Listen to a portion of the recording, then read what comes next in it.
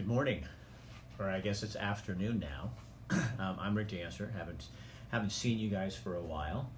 I've been on vacation, gone, also working on an ExplOregon adventure. If you guys have been paying attention, you probably have noticed that. A second here, I'm going to see if I can do something here. Oh yeah, boom, boom, boom, boom. So, we noticed some really interesting things when we traveled around the state. Hi guys. We just got back from being in Montana, in Idaho, and Eastern Oregon. And hello, Andra Hawkins. I'll tell you what, it was refreshing to get out of the valley. Honestly, it was refreshing to get the hell out of Oregon.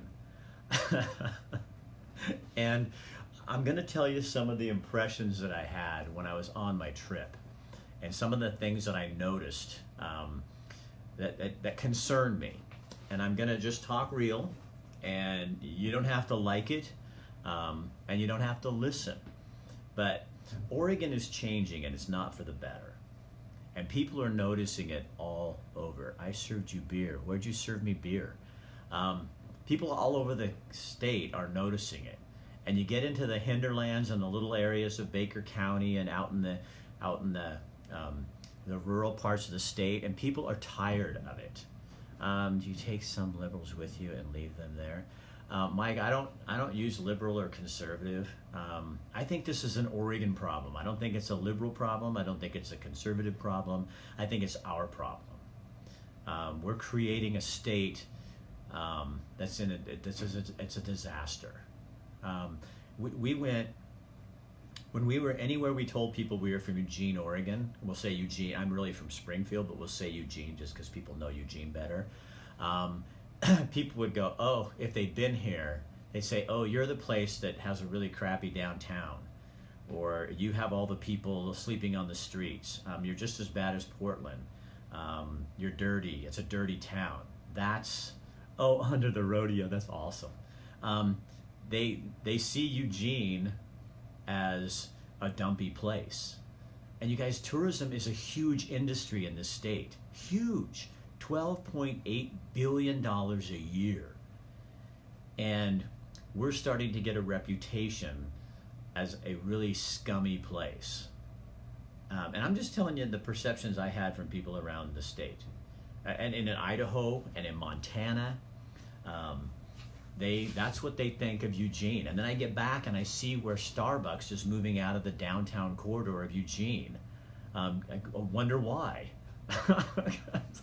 You know, sounds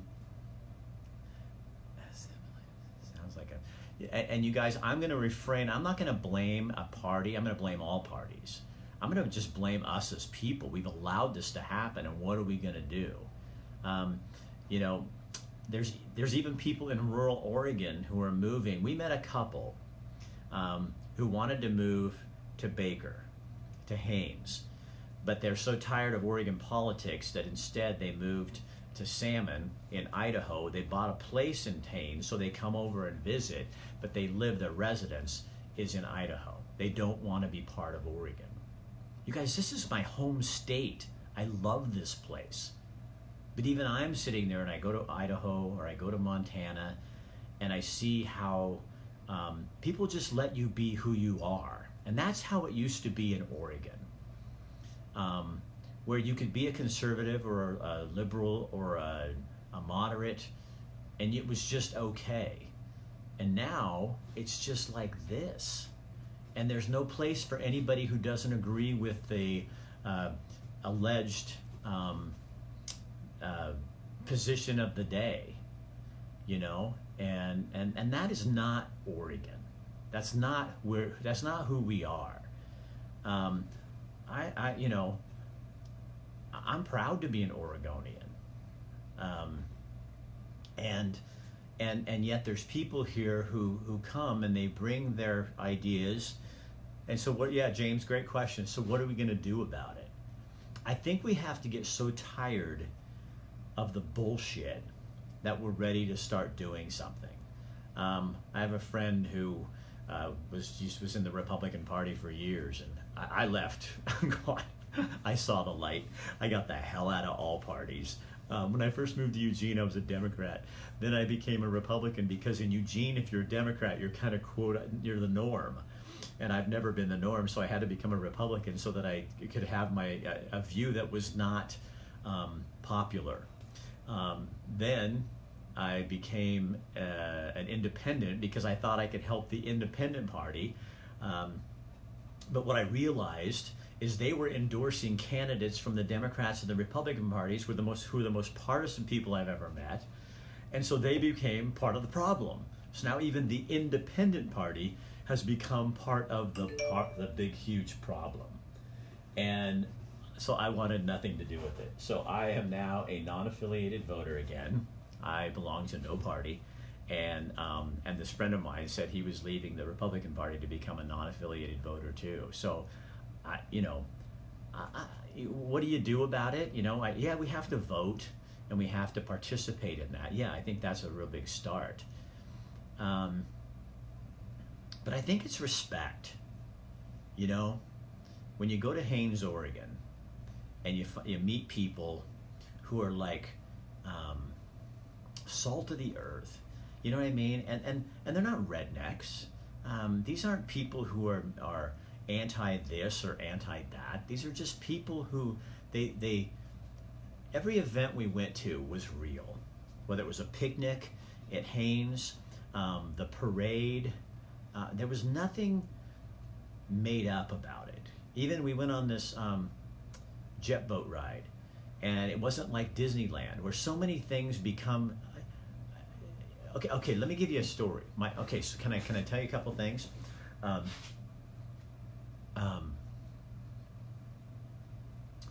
One of my favorite moments on my trip. Well, my favorite moment on my trip was when my wife surprised me, and I didn't think my oldest son Jake was going to be there. I knew that Jesse was going to be there, my youngest, because we were in his hometown, Livingston, Montana. And we got into the Murray bar, and all of a sudden I look over and there's Jake, and she'd flown him in so that all four of us could be together. That's pretty dang cool. That's my favorite moment. But my other moment, like where I really kind of figured some things out in my head, was there's something therapeutic about being on a horse. And we rode horses from Cornucopia, a ghost town 12 miles from any town, out into the Eagle Cap Wilderness area. And it was so real. I mean, it was like, it was me, it was my wife, it was the guide, Sarah, super cool lady, and these horses. And there was nothing, Disneyland or phony about it. It was you and the land and the place. And there's these majestic mountains and the rivers and danger. You're crossing rivers on a horse where you're like knee deep in water. Kind of scares the shit out of you. You know what I mean? But I felt like I was real again. And I think sometimes when I live here, I feel so disconnected from life because there's so much bullshit. There's just so much bullshit. And I'm tired of it. I'm tired of a community, a state where we don't take charge of things. We just let things go. It's like, this is our state, and we have to create a place that's livable for everybody, not just those who feel like they get to run the show. This is supposed to be a place where all of our the problem we have now is we have a super majority. And it's not the D's fault, although they manipulated this to death. But the R's were lazy assholes that did nothing and allowed it to happen, and they just fought. And if they were the ones in the supermajority, it'd be just the same kind of problems, just a different picture. It's all the same problem. You have to have balance. Good God, in your life, you have to have balance. In your family, in your job, everything. And yet we don't have balance in our politics. So we have one side who believes A, B, and C, and another side that believes D, E, and F. And so instead of coming together and going, maybe not all of this is right, but in between, if we compromise and somewhere in the center we can find that reality, that check, that thing that really works, that's how you do it. So we have one group who thinks climate change is happening and one group who thinks it's not. Let's just get real here. You want to talk about the issue? That's the issue. So these people are so damn determined that the world is falling apart, and these people are so damn determined that nothing's happening, and so this is where we sit. So what if these people are a little bit right? Now see, then if I say that, then these people say, oh, you don't believe in climate change, you're a bastard, shame on you. And if I say, maybe these people are a little bit right, then these people come after me and go, say, no, there's no climate change, rah, rah, rah, rah, rah. Instead, we say, what if we are just human beings and we don't really know everything, and it's a little bit of both? So we come like here, or maybe here. But right now we have this side pushing all the way over here, and they're destroying people's lives in the process. That's why balance is so important. It's the same thing in families. It's the same thing that we have to do with our lives. But right now, people are so freaking passive aggressive and angry that it's like if I even mention online that I have questions about climate change, all of a sudden I am the worst person in the whole world. Or on this side, if I say, I think there might be something to this, then these people come and freak out and do this stuff. It's like, what happened to tolerance, of other people's ideas? Tolerance of ideology, tolerance of kindness, and so I think people are, what we've done is we've taken Oregon, a place that, what you find when you go in the rural parts of Oregon is you still find that old pioneer kind of spirit. And then then the people come on and say, yeah, but Oregon treated people badly and meh, meh, meh. It's like, get off your high horse. I'm talking about, just let me talk. I'm so sick of getting emails with people going, what, because you're white, you think this. Well, that's racism. I'm trying to make a point to say there's a pioneering spirit that brought my relatives here. And they weren't bad people. Yes, they were white, but they weren't bad people. And they came here with a dream because they were trying to get away from something, probably the same thing that we now want to get away from. Bullying, people pushing their ideas on you, telling what you have to believe. Oregon used to be like a safe haven for hippies and conservatives and loggers and miners and all the people who didn't fit in. And now all of a sudden, this whole breed of people and ideas have come in that says, no, we don't do that anymore. That's not our new Oregon. Our new Oregon is this. And it's like, you don't get to do that to a state. You don't get to come in and tell people what they have to do. It's the problem we have in Oregon. We are rugged individualists. Get your shit out of my life. I don't want you telling me what to do. So then when you tell me I have to buy a paper bag in Eugene for a nickel, I get pissed. Yeah, it's not a big deal. And yes, that doesn't mean I don't want to protect the environment. But you're telling me, you're forcing me to believe what you believe. And that's not Oregon. Now in Springfield, the way it was done, like at Winco, no rules, no law, but if you brought a paper bag, your own bag, to Winco, they gave you a nickel. They rewarded you for thinking about that.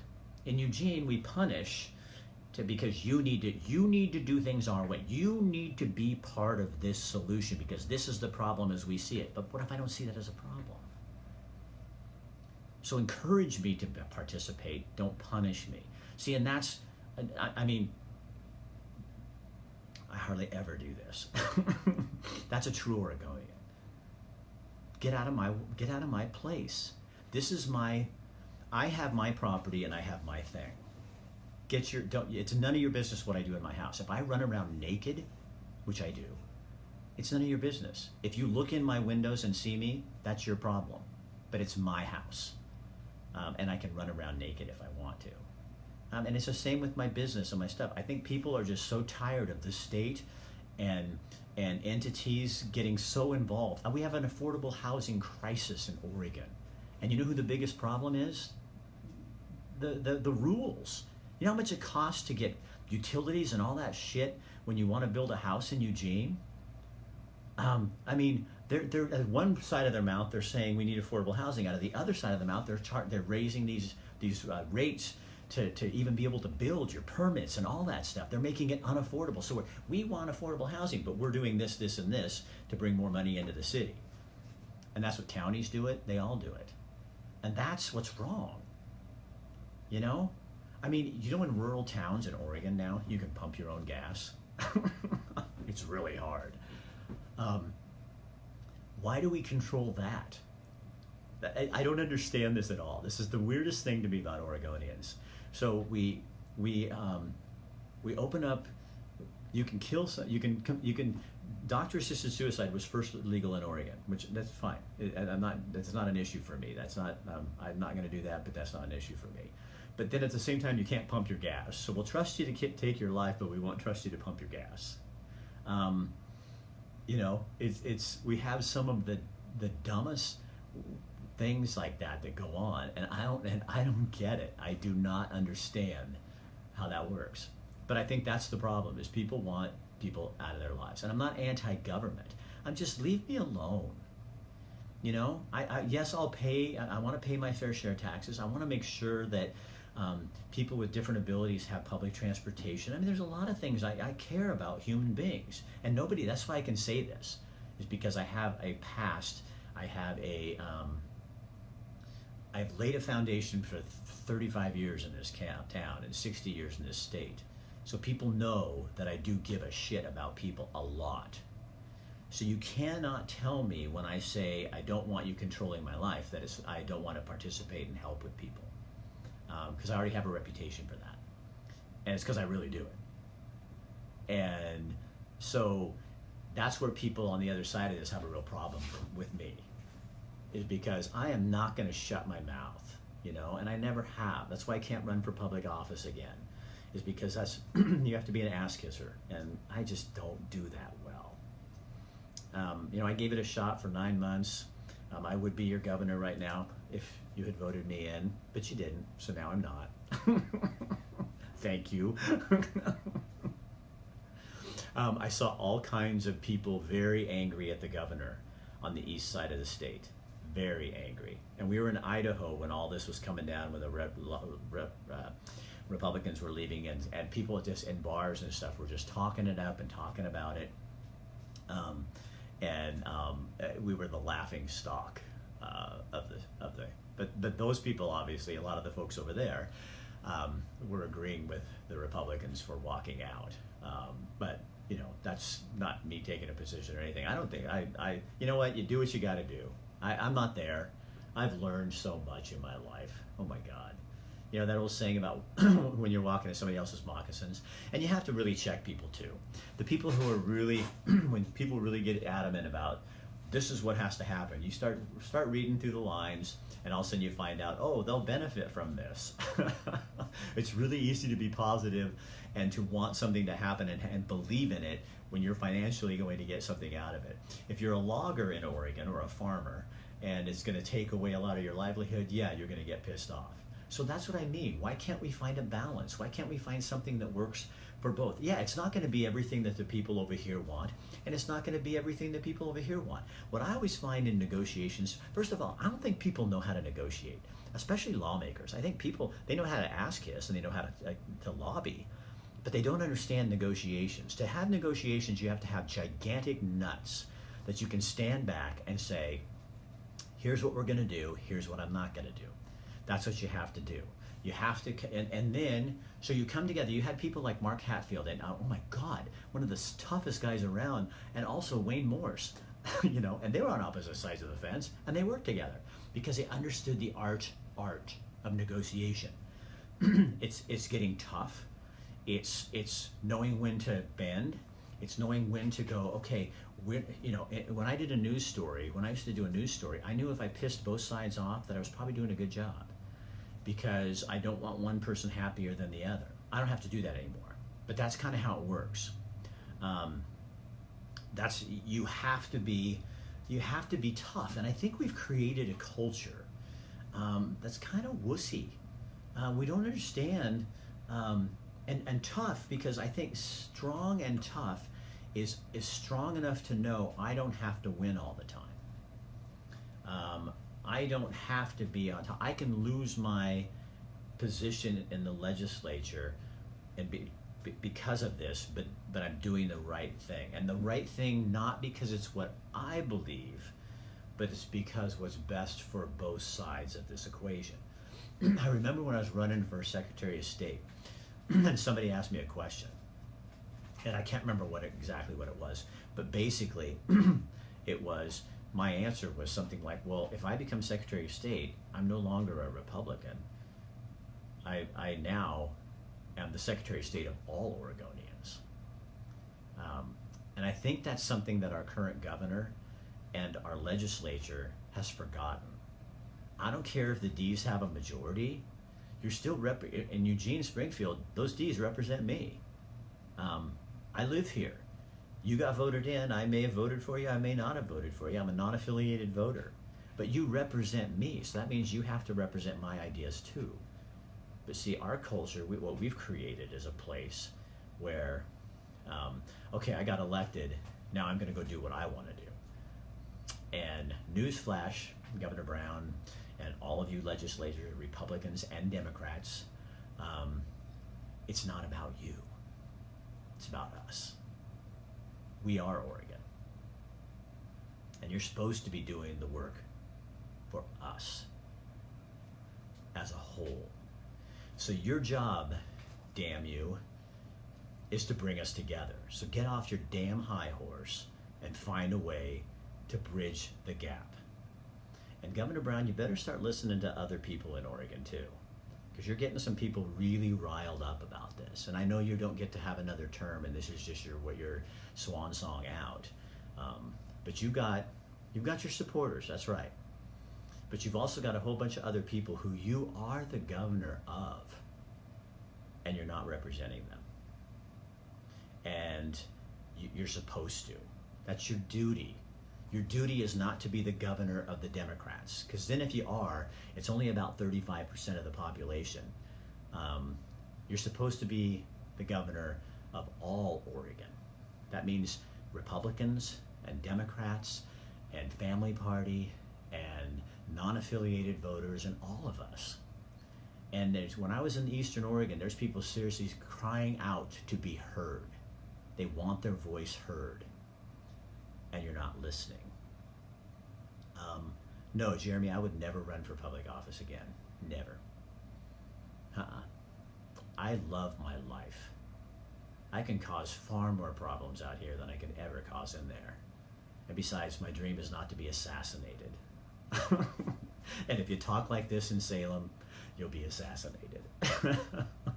I'll be the first candidate to be shot in years. So anyway, I love this place, but it has to change. We can't leave Oregon. This isn't Oregon.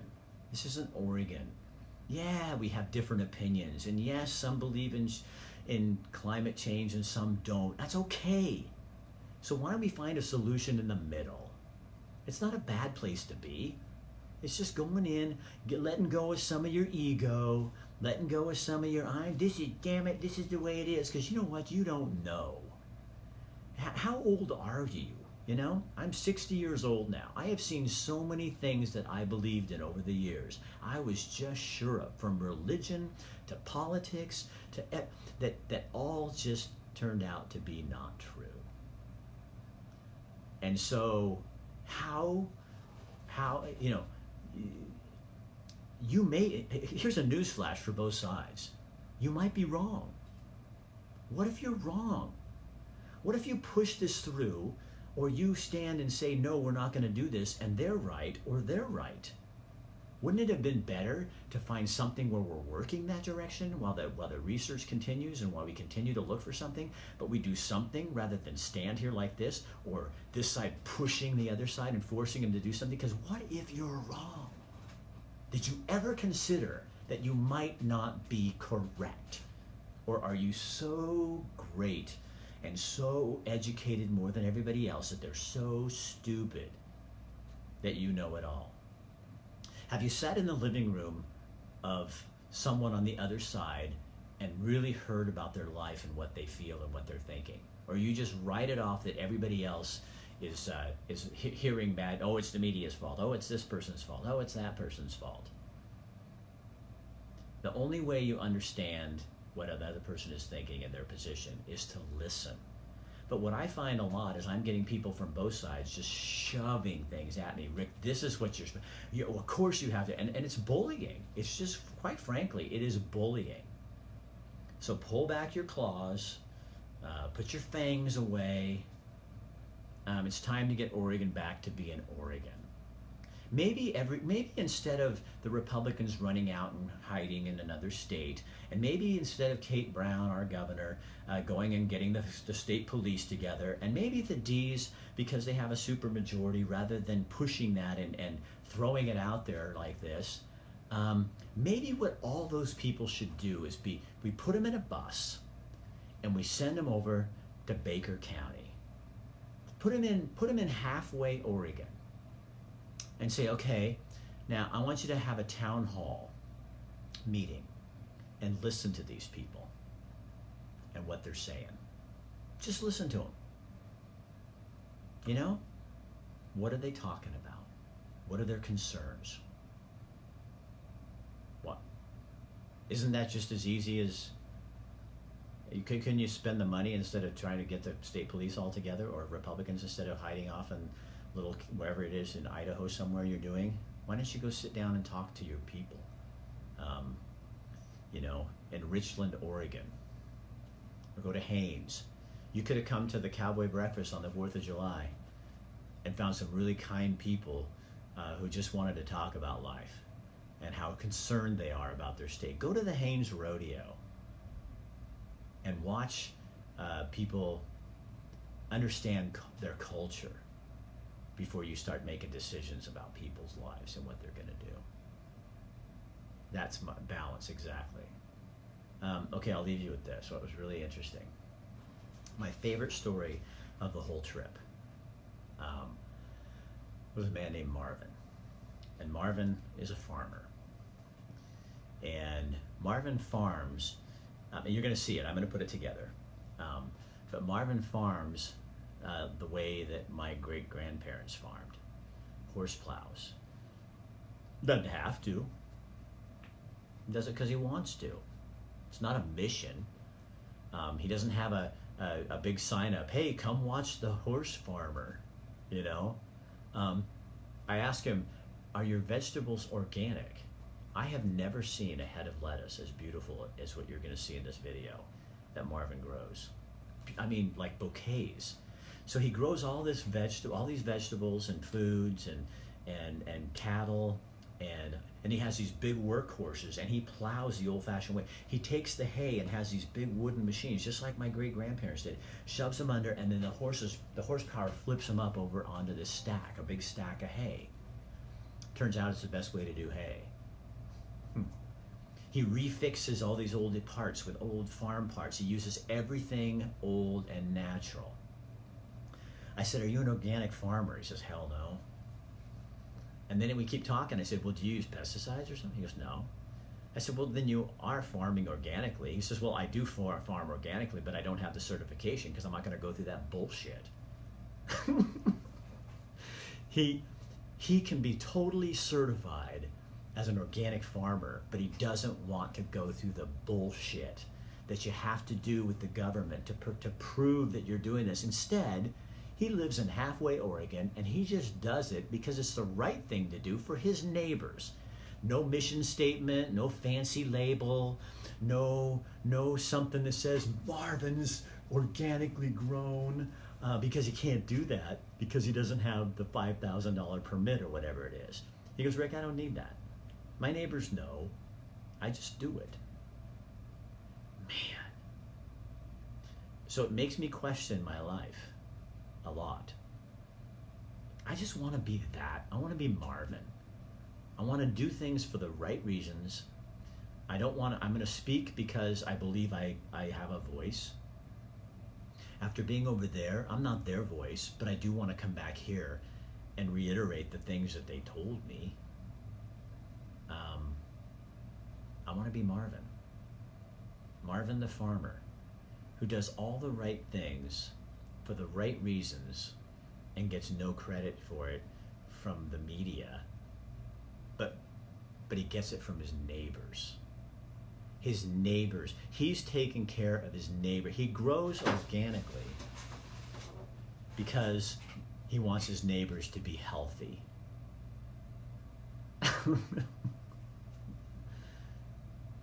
That's Oregon. That's the Oregon that I love. That's the Oregon I grew up in. That's the Oregon that has been decimated by bullshit and people's bullying and bringing their ideas here, and instead of incorporating their ideas, shoving them down my throat. So why do I get angry about that? Because I own this state no more than you. If you come here and live here and say you're an Oregonian, you're an Oregonian. I'm not one of those native snobs, okay? But do not come into my state and into my town or my place, and I want to say, with my people. You don't get to move into a new neighborhood and then tell people how they have to live.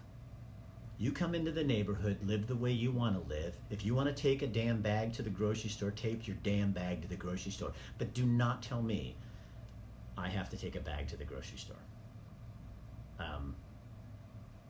Now, if you and I had a relationship and we had a conversation, and I do take bags to the grocery store because I want to do the right thing as I believe it, but I would never look down on somebody else or force someone else to do it. And don't fine me or charge me a nickel for my bag. That's a fine. That's because you think you're better than me and you're doing the right thing and I'm not. You don't know. You don't know.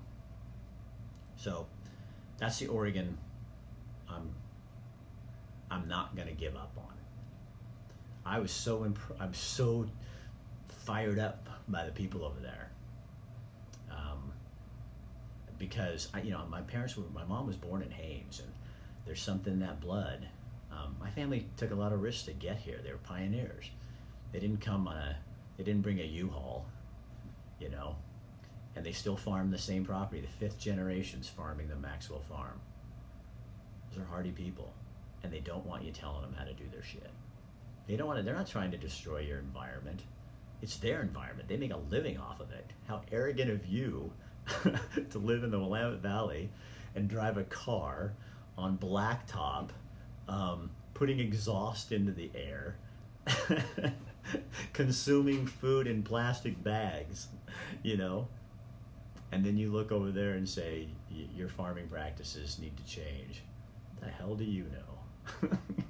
What the hell do you know? And we love the land over there more than you do. I watched that with the Steens Mountain. I watched a bunch of people in the valley push to get the Steens Mountain changed, and people were forced to trade their land, and it was all, you act as though they aren't doing the right thing when you don't even know what the right thing is. You read it in a magazine. They've been working the land. That's what I mean. It's not anti-you or anti-them. But God, if people just listened, wouldn't that be nice if people just listened and gave people the benefit of the doubt? All right. I'm going to go back to a happier place, although this does make me really happy. I'm going to go edit a story. We also went to the Dredge in Sumter. And, you guys, seriously, go to the Facebook page or Instagram on ExplOregon The Backstories and get in our contest, because we're going to give you a trip away, so somebody can go to Baker. But you gotta do what it says in there. I'm not going to sit here and reiterate it all, but you could go over there and you can. We'll send you over there. We're going to show you the area and stuff. But I try to keep this separate from that, because I won't post this on there, just on my personal pages, because I don't want that to become political. And I'm really good at that because I'm a reporter. So I understand balance and making people mad on both sides of the fence, because I spent my whole life doing that. I'm really good at it. I'm really good at making people angry at me. I guess I would be a good politician. Andy, you want to win the giveaway so bad? Well, I'll let you in a little secret, but don't tell. We have two. We got so much stuff from these people that we're able to put together 2 programs, but we're not going to tell people yet. So you guys, if any of you slip that out, I know people. I'll find you. All right. Thanks for listening. It's really good to be back. I miss you. I like doing these, honestly. Okay, I know I'm just like rambling, but where's the site again? It's on Facebook. It's called ExplOregon, one whole word, ExplOregon The Backstories. And all the videos are on there. You'll see stuff on all of them. I forgot what I was going to leave you with. I kept saying I'm going to leave you with something, and then I don't leave. I know, I'm kind of like that. My wife says, just shut up. Just shut up. God, I almost had it again. Oh, well. Thought I was never coming back. I know I was gone for 18 days. Isn't that crazy? Oh, man. I'm ready to be back. But, yeah, I'll tell you what. ExplOregon, balance and be a Marvin. Everybody, let's try to be a Marvin, okay? Let's just do things for the right reason, not for attention. Yeah. Makes you have to think, doesn't it? All right, so yeah, ExplOregon The Backstories on Facebook. There's 2 pages. One's a group, one's a page. Go to the page.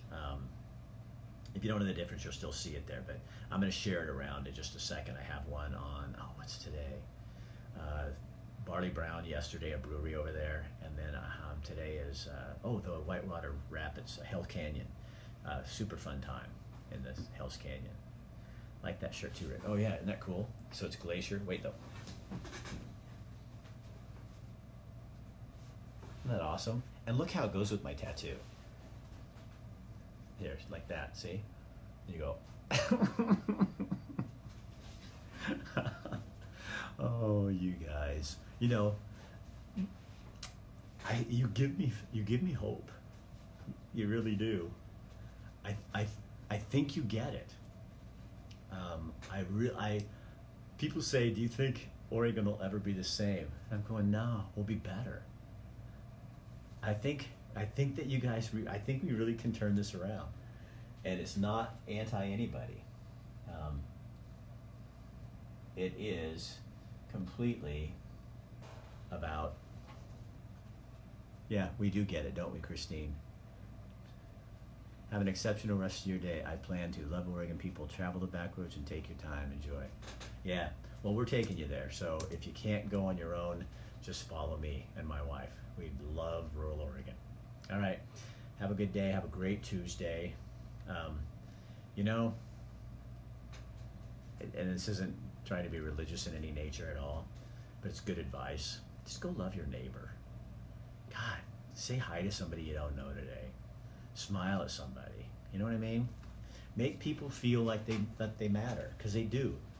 And you never know when that person that you say something to is going to be like the story of your day. I live my life that way. I love it when I get surprised by people. Yep, live Oregon. All right. Thanks, you guys. I'll see you. See, you make me tender. You guys are good for me. You make me tender. You make me not such an asshole. Although I do like my asshole qualities. I hope you take that the right way. Okay, see you later.